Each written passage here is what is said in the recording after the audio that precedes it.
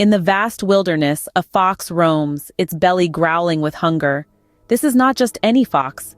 Its fur is a fiery hue, a beacon of life amidst the cold, monotonous expanse of the wilderness.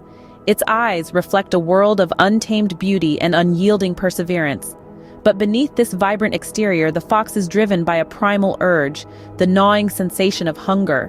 The fox's ribs jut out, a stark reminder of the harsh reality of survival in the wild. Each step it takes is a testament to its determination, an echo of its will to seek sustenance. Its nose twitches, its ears perk up at the faintest rustle.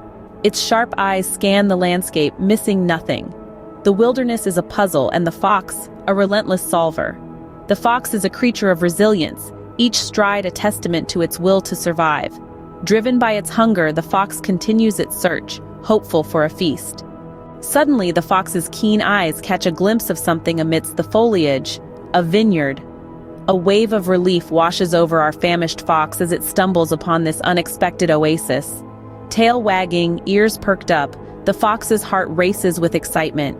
It's as if it has found a treasure trove, a gold mine of food in the middle of nowhere. Imagine, if you will, the vineyard. It's not just any vineyard. It's a sprawling expanse of lush green, dotted with the vibrant hues of ripening grapes.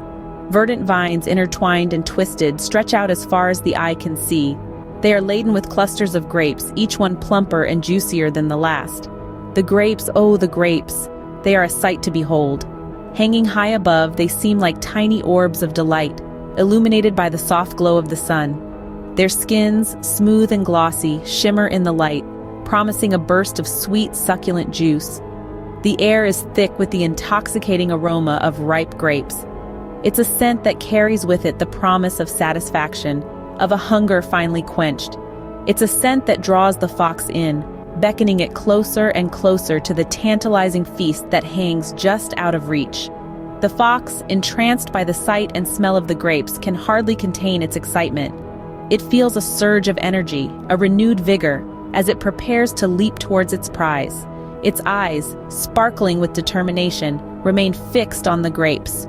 They are the beacon of hope in its time of need, the answer to its hunger pangs.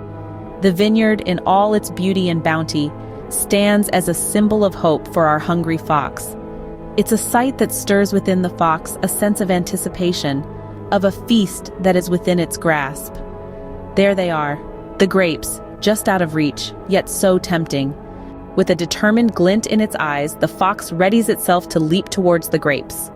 The fox, driven by hunger and a desire to taste the luscious fruits hanging high above, gathers all its strength and bounds upward. But alas, the grapes remain elusive, dangling tantalizingly just beyond its reach. Undeterred, the fox tries again, and again. Each time it springs up with renewed vigor, its paws swiping at the air in vain. The tantalizing grapes sway gently in the breeze, seemingly mocking the fox's futile attempts. The fox's frustration grows palpable as it continues its relentless pursuit of the grapes. Its leaps grow more desperate, its eyes more focused. The hunger gnawing at its belly fuels its determination, driving it to keep pushing, keep trying, keep jumping. The fox's strength begins to wane, its energy drained by the countless leaps and bounds. The once mighty leaps become mere hops, and the fox's paw swipes grow weaker. Yet the fox refuses to admit defeat, its spirit unbroken despite the mounting odds. Its frustration turns into desperation as the sun begins to set, casting long shadows over the vineyard.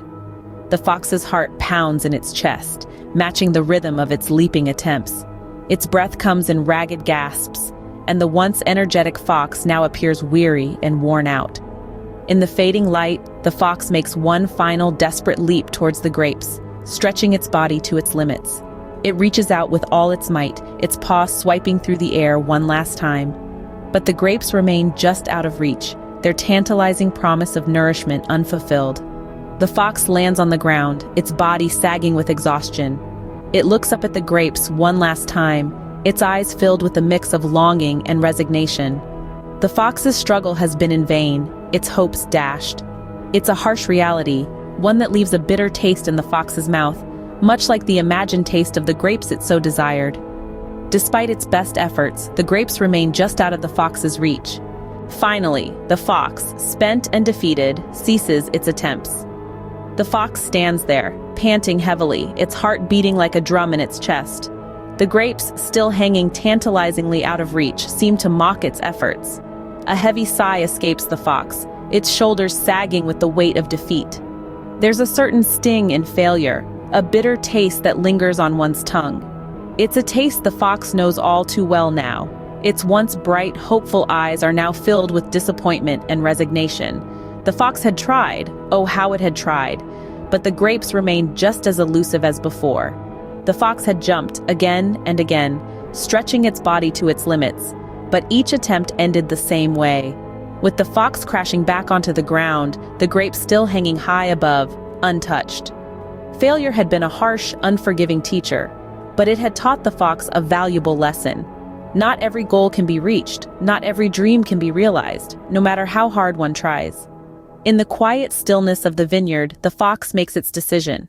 The grapes, so enticing before, no longer hold the same allure. The fox no longer sees them as a prize to be won, but rather a reminder of its failure. A reminder of the limits it had tried so hard to surpass, but had ultimately failed to overcome. The fox gives the grapes one last look, its eyes no longer filled with desire, but acceptance. Acceptance of its failure, acceptance of its limits. It's a bitter pill to swallow, but the fox knows it's a necessary one. For it's only through accepting our failures that we can learn from them, grow from them. The fox, accepting its defeat, turns to leave the vineyard. The fox walks away, its steps slow and heavy, but there's a certain grace in its acceptance. A grace that only comes from having tried, having failed, and having learned. The fox may have failed to reach the grapes, but it had succeeded in learning a valuable lesson. And sometimes, that's the most important victory of all. As the fox walks away, it mutters under its breath. What does it say? A phrase that's as old as time. The grapes are probably sour anyway. A simple sentence, but it carries a world of meaning. Here is a fox, who just moments ago was leaping with all its might, desperate to taste the sweet fruit. Yet now it dismisses the grapes as if they held no value.